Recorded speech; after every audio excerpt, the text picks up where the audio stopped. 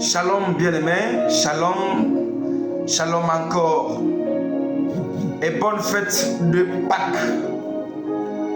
Nous voulons parler de la part de l'Éternel en lisant Matthieu 16, Marc chapitre 16, versets 2 à 7. Marc 16e chapitre, 2e au 7e verset. Le premier jour de la semaine, elles se rendirent au sépulcre de grand matin, comme le soleil venait de se lever, et disaient entre elles: qui nous roulera la pierre loin de l'entrée du sépulcre? Et levant les yeux, elles aperçurent que la pierre, qui était très grande, avait été roulée. Elles entrèrent dans le sépulcre, vers un jeune homme assis à la droite, vêtu d'une robe blanche. Elle fut épouvantée et s'inquiétait. Il leur dit: ne vous épouvantez pas, vous cherchez Jésus de Nazareth, qui a été crucifié et il est ressuscité. Il n'est plus ici. Voici le lieu où on l'avait mis. Mais allez dire à ses disciples et à Pierre qu'il vous précède en Galilée, et là que vous le verrez comme il vous l'a dit. Parole de l'Éternel. Bien-aimés, nous voulons parler d'une thématique intitulée le mystère de la Pâque. Sans pour tarder, quand on parle de la Pâque, on ne peut parler du salut ou du christianisme sans la fête de la Pâque. On ne peut pas parler de l'enlèvement de l'église sans la Pâque. On ne peut pas parler de la rédemption sans la Pâque. On ne peut pas parler non plus de l'église sans la Pâque. C'est-à-dire, la Pâque, c'est la raison de l'existence de l'église. La Pâque, la rédemption officielle, le jour où on nous a rachetés sur la croix, où le Maître a brisé les 7 sceaux qui nous condamnaient et nous proclamaient comme des justes.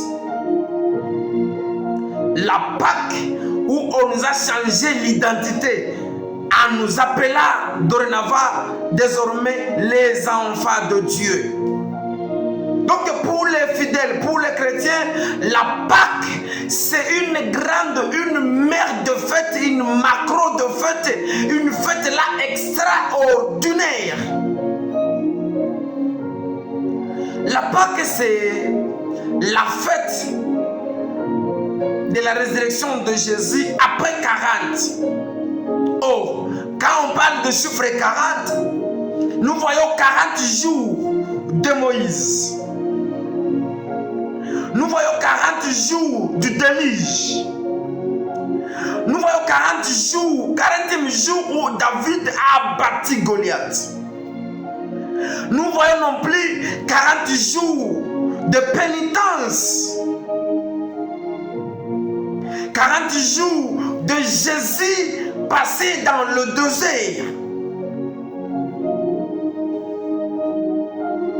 La Pâque, c'est-à-dire, c'est la fête.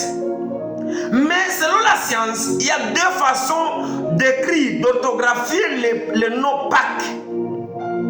Il y a la Pâque sans S, qui est une fête juive. Après 430 ans de la captivité, selon Exode 14.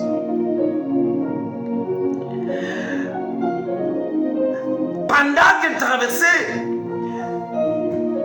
Dieu avait recommandé à son peuple d'abattre ou de tuer un agneau et d'embellir le fronton ou le cadrement de la porte avec le sang, pour que pendant que l'an de la mission passera, que tous ceux qui vivent dans cette maison soient protégés par le sang. Et par après, il leur avait recommandé de prendre les aliments amers. Oh, avec les aliments amers, c'est une révélation, une prophétie qui prédit la souffrance de Jésus. Jésus viendra, il va traverser la souffrance pour nous sauver et nous donner aujourd'hui l'identité que nous avons. Et voilà la raison de proclamer la Pâque aujourd'hui. Il a dit encore de manger de viande fumée ou viande saignante. Oh, Jésus avait dit à ses disciples, celui qui ne boira pas mon sang et ne mangera pas la chair de mon corps. C'est-à-dire, la viande fumée, oh, c'est une viande qui saigne encore, qui n'est pas bien cuite. C'est la prophétie messianique que le maître sera frappé fortement, son corps sera détruit, sera frappé, sera morcelé par des fouets. Il y aura des grelots de sang. Il va souffrir. Je ne sais pas vous traversez quelle souffrance. Peut-être la guerre à l'est, peut-être la souffrance, peut-être le chômage, peut-être le célibat, peut-être la maladie, c'est une souffrance. Mais dans Psaume 91, on dit, celui qui te met sous l'abri du Très-Haut repose à l'ombre du Tout-Puissant. C'est-à-dire, Jésus est tout-puissant, il est au-dessus de tout ce qu'on peut traverser dans ce monde. Et voilà, sa puissance extraordinaire, sa puissance divine se révélait maintenant, à nous montrer, à nous doter, en donnant la vie sur la croix pour nous racheter, nous les captifs. Il y a la deuxième Pâque qui est la Pâque avec S. La Pâque avec S maintenant, c'est ça la fête chrétienne. Alléluia. C'est ça la fête chrétienne que nous célébrons aujourd'hui. La résurrection de notre Seigneur Jésus. La victoire que Jésus nous a donnée sur la croix. Le salut reçu sur la croix. La rédemption reçue sur la croix. Le pardon reçu sur la croix. Pâques. Mais quels sont les 3 ou 4 mystères des mots Pâques ou du nom Pâques qui cachent? Qu'est-ce qui est incorporé? Qu'est-ce qui se cache? Qui révèle le nom Pâques? Quand nous lisons dans Genèse, Dieu avait créé, quand il a créé les humains, il a donné à l'homme la domination de la terre, de contrôler, de gérer les jardins. Il dit, je vous donne le tout, mangez tout, allez partout, sauf l'arbre de la vie et de la mort. Le jour où vous mangerez ce fruit, vous mourrez. L'homme a été piégé par le diable. Le diable est venu avec sa ruse, il a trompé le couple Adam. Ils ont désobéi à la parole de Dieu. Maintenant, c'est par là qu'ils se sont retrouvés nus. Étant nus, bien-aimés, ils ont fabriqué, ils ont pris les feuilles de figuier, ils ont préparé, fabriqué un cache-sexe pour cacher leur nudité. Mais malgré ce qu'ils ont fait fournir comme effort, Dieu a vu que le figuier ne parvient pas à cacher la nudité d'Adam et Ève. Dieu a tué un bélier, Dieu a tué un agneau. Voilà, il a pris la peau de cet agneau, il a utilisé ça comme couverture de la nudité, de l'humiliation, de la honte d'Adam et Ève. Voilà, le premier Pâque bien-aimé, c'est la Pâque d'Éden. La Pâque du jardin d'Éden. Cette Pâque bien-aimée, c'est une Pâque de la couverture, où Dieu n'a pas supporté notre humiliation, où Dieu, malgré nos désobéissances, il dit, je ne peux pas, je suis Dieu bon, là, compatissant, je dois quand même couvrir l'humiliation que traverse ma créature. Je ne sais pas tu traverses quelle humiliation. Je ne sais pas ce moment-ci, soit la vie locative, soit la vie du célibat, soit le problème professionnel, ou soit le problème financier, ou soit le problème sanitaire, ou soit au quartier, on te surnomme de n'importe quel nom, tu traverses l'humiliation. Laisse-moi te dire que ce matin, sous la résurrection de Jésus, comme Jésus est resté aujourd'hui, bien-aimé, tu ne resteras pas ainsi. Il va utiliser encore, il a utilisé encore, qu'il cache encore ton nudité, bien-aimé, qu'il cache encore la déshonorisation que tu passes, qu'il cache encore le malheur que tu traverses, qu'il cache encore, bien-aimé, qu'il enlève l'opprobre qui couvre ta vie, parce que dans les jardins d'Éden, il avait caché, il avait couvert la nudité d'Adam et Ève. Cette Pâque, cette première Pâque, ce premier mystère, on l'appelle la Pâque du jardin d'Éden. A comme conclusion, c'est une Pâque de couverture. Je déclare ce matin, l'opprobre que tu traverses, le problème que tu traverses, le malheur qui te pourchasse, que l'Éternel Jésus ressuscité en ce jour, en ces premiers jours de la semaine, comme nous célébrons sa résurrection, que ton travail ressuscite maintenant, que ton mariage ressuscite maintenant, que ta promotion ressuscite maintenant, que ton voyage ressuscite maintenant, que tes enfants qui étaient partis, qui se mécomportent, que leur éducation se ressuscite maintenant, que ta valeur ressuscite maintenant, au nom puissant de Jésus.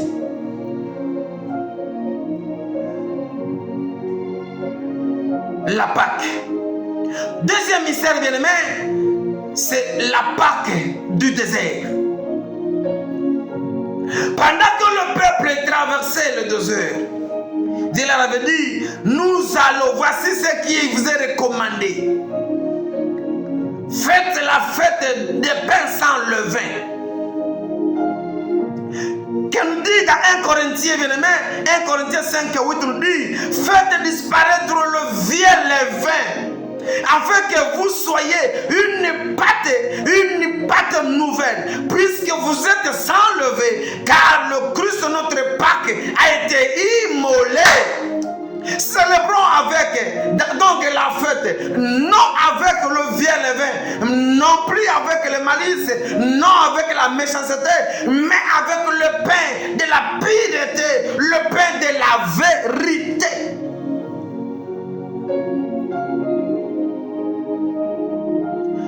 La deuxième Pâque, ou le deuxième mystère de la Pâque, c'est la Pâque, bien-aimée, la Pâque du partage.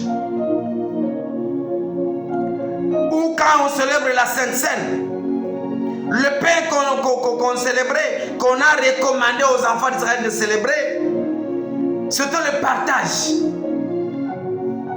Bien-aimés, on nous recommande, la Bible nous dit, nous chrétiens, nous les humains, nous devons partager.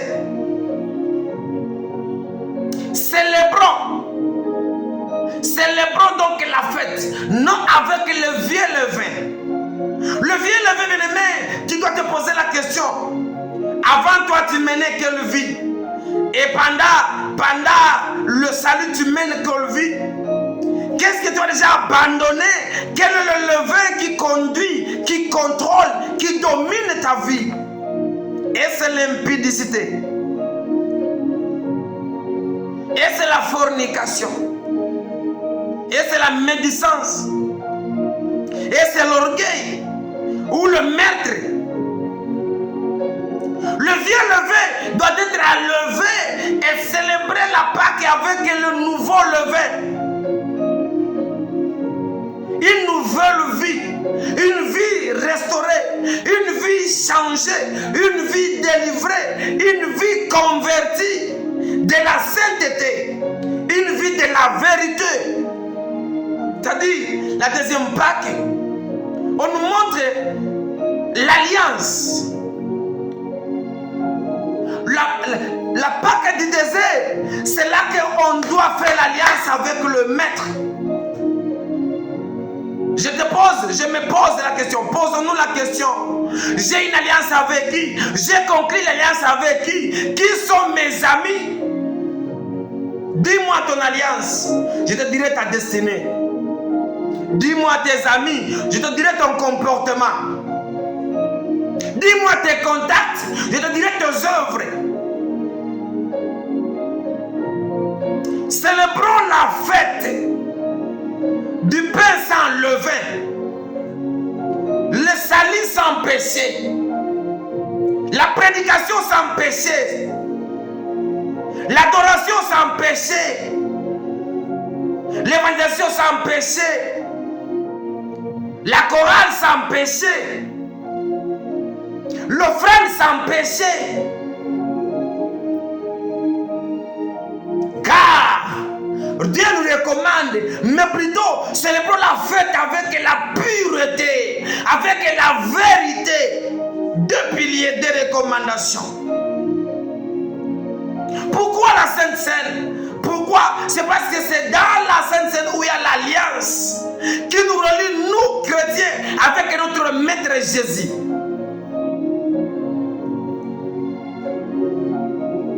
Un chrétien digne de ce nom, un chrétien converti doit toujours veiller à participer à la Sainte Seine.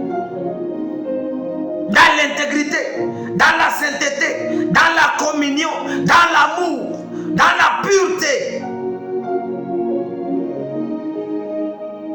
1 Corinthiens nous dit quoi? 11, 24 à 30. On nous donne les avantages et les inconvénients de la Sainte Seine.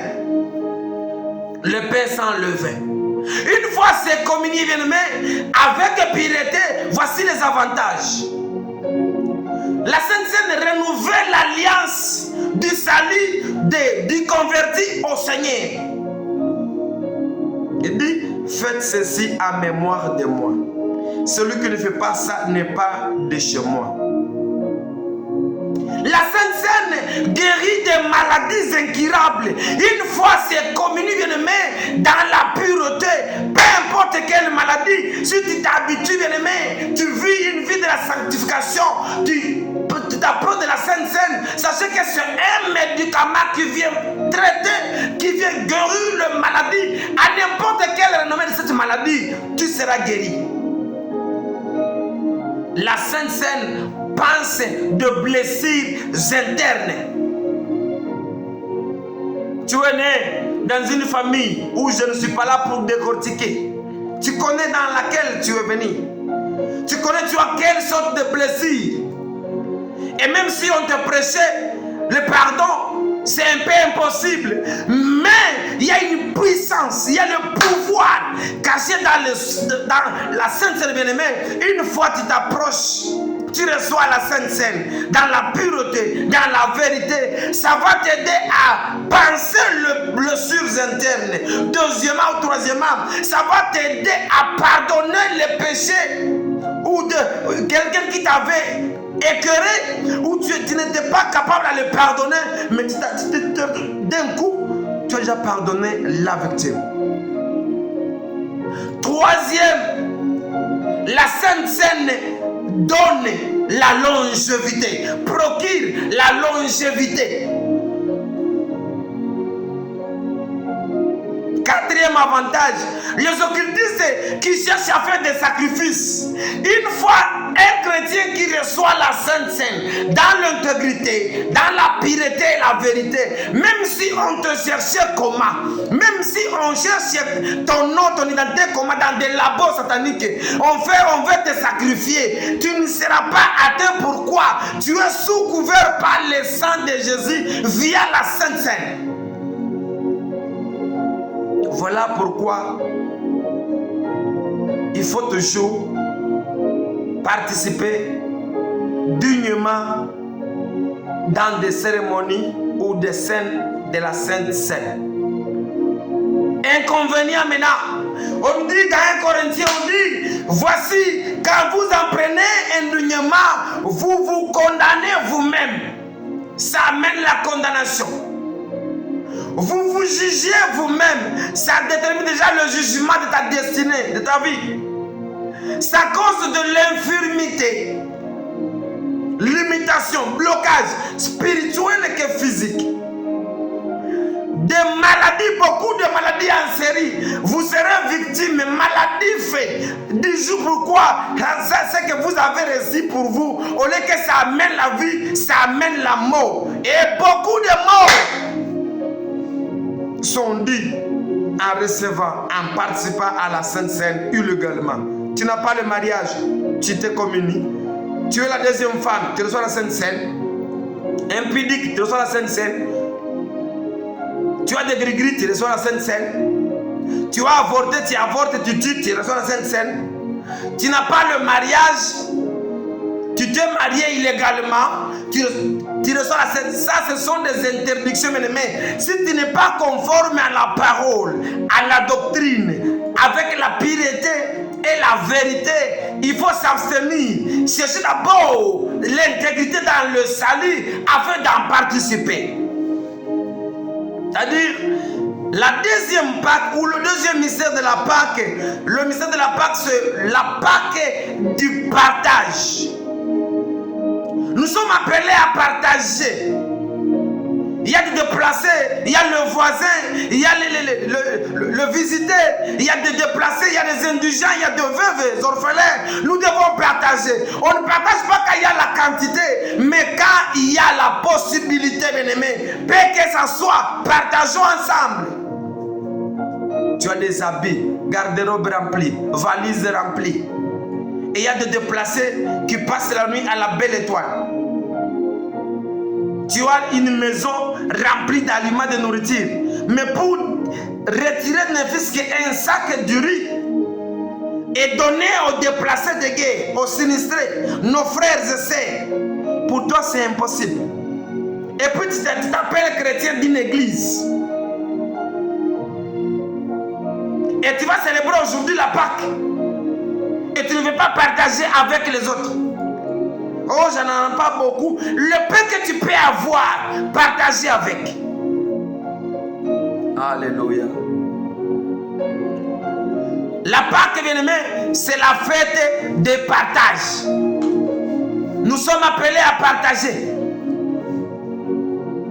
Nous sommes appelés à partager dans la sainteté, à vivre la sainteté, à fuir le péché, à nous priver du péché, à désobéir au désir de la chair et à obéir au désir de l'esprit et de l'âme. Troisième mystère, la Pâque de délivrance.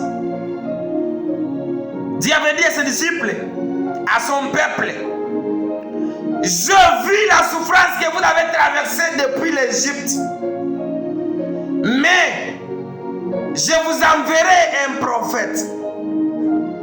Il vous conduira jusqu'à la terre promise. Amen. Quand on est dans l'esclavagisme, on est dominé par des combats. On est sous la domination, l'indépendance, la dépendance, la possession, la mendicité, la possession, l'imputation, le tout. Et ce règne, le règne du diable contrôle, du pharaon contrôle. Mais malgré les moments que vous traverserez, ou vous traversez, il y a une parole qui nous rassure, que je vais vous délivrer. Je t'annonce ce matin, bien-aimé, peu importe la situation que tu traverses, le Messie, le Jésus ressuscité, va vous délivrer de la captivité, de la maladie, du célibat, de la pauvreté, du péché, bien-aimé. Tu seras délivré au nom de Jésus.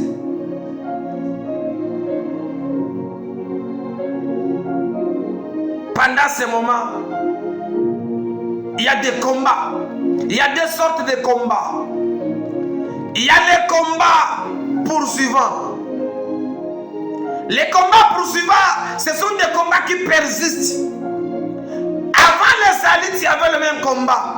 Dans le salut, le même combat est là. Et après, je ne sais pas. C'est un combat qui ne veut pas te le dire. Mais je vais t'annoncer ce matin que Dieu a dit, bien aimé, les Égyptiens que vous voyez aujourd'hui, vous ne le verrez plus.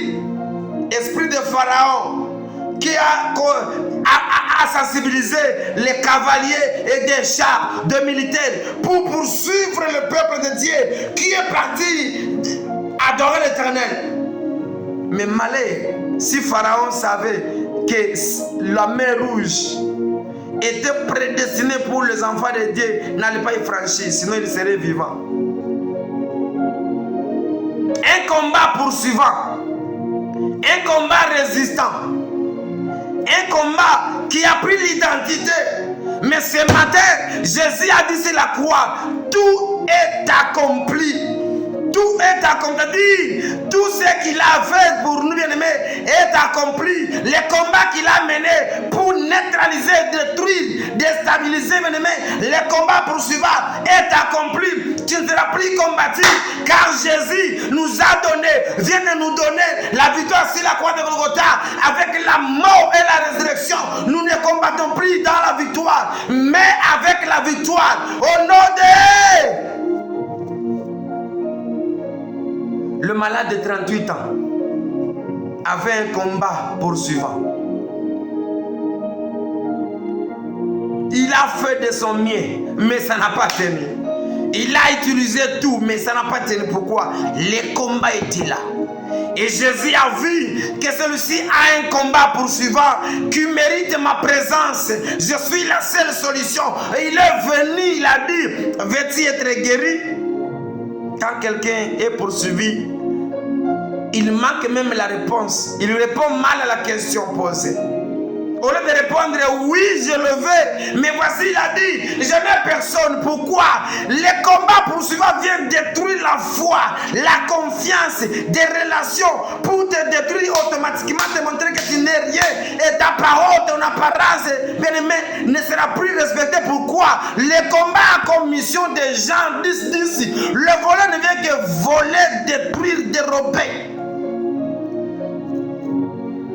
Mais avec Jésus, il a dit, prends ton lit, lève-toi, va.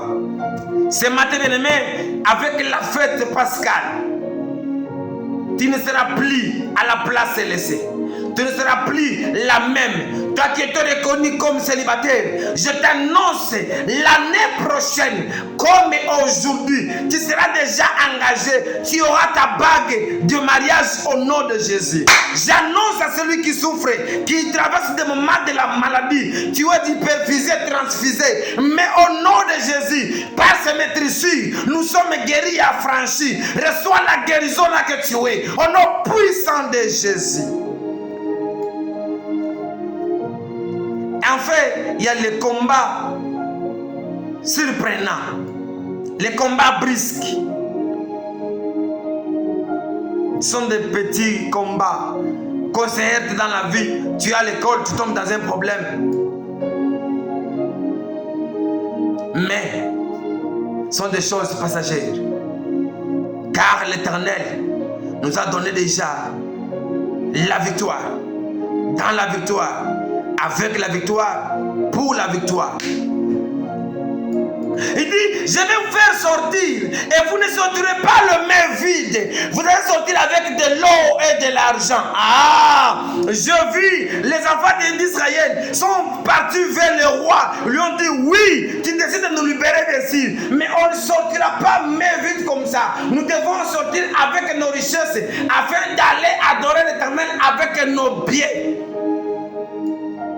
Je vois dans Joël 2, verset 5, on dit, je vous restituerai les années qu'avait dévoré. C'est le temps, bien-aimé, avec la résurrection de Jésus. C'est la résurrection, bien-aimé, qui vient nous restituer la santé, le salut, l'intimité avec Jésus, la communion avec Jésus, la fidélité avec Jésus, la domination sur la terre. Pourquoi? Parce qu'avec Jésus, c'est la majorité imbattable. Au nom de Jésus.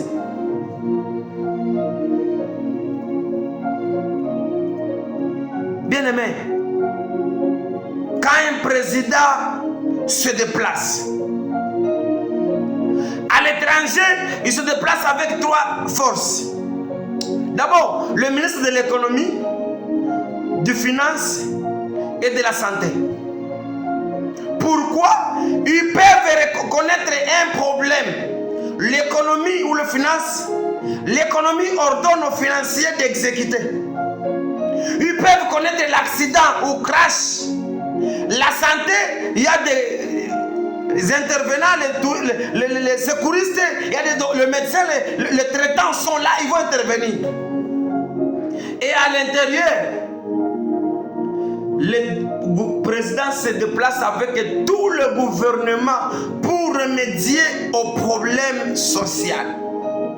Si une personne peut sembler donner la solution au problème, à combien plus forte raison l'Éternel? On sait que nous traversons dans ce monde, c'est le copier de l'œuvre de l'Éternel. Que le doigt de l'Éternel chargé de la guérison, bien-aimé, ordonne aux médecins, aux docteurs, qui est Jéhovah Rapha, de te toucher à ce net moment et tu reçois la guérison radicale. Les doigts, je ne dis pas les bras, je dis le doigt. Que le doigt de l'Éternel en matière financière, ordonne au ministre chargé de finances de l'Éternel, le bras gauche de l'Éternel, qui détient les finances, bien-aimé, afin que ta situation change.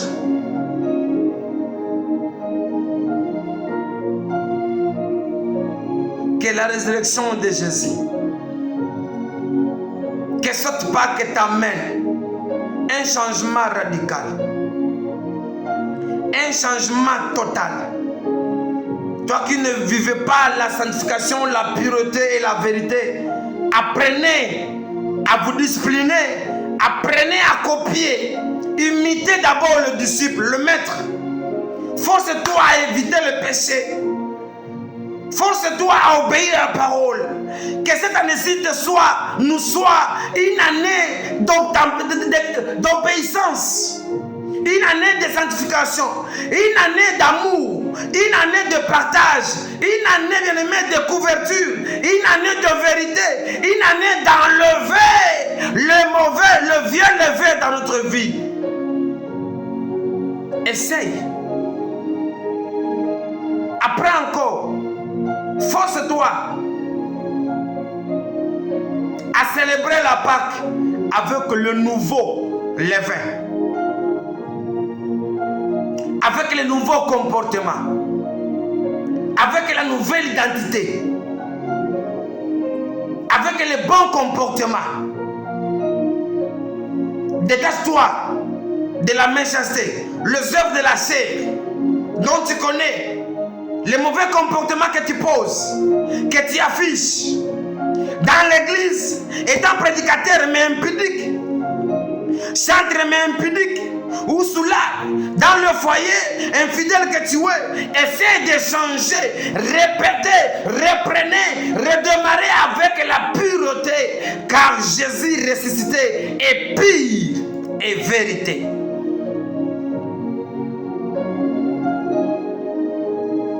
Pour terminer, le premier mystère, c'était le mystère de la couverture. Deuxième mystère, c'est le mystère du partage. Essayons, apprenez à partager, à nous séparer aussi des mauvais levains, le vieux levain, le mauvais comportement, les œuvres de la chair. Et enfin, le parcours de ta vie, que Dieu affronte les ennemis, que Dieu illumine, que Dieu apaise la tempête et arrête le vent qui pourchasse ta destinée, ta famille, ton foyer, ton salut, ton ministère, tes enfants, ton mari, tes entreprises. Au nom puissant de Jésus ressuscité. Amen. Que Dieu te bénisse abondamment. Amen.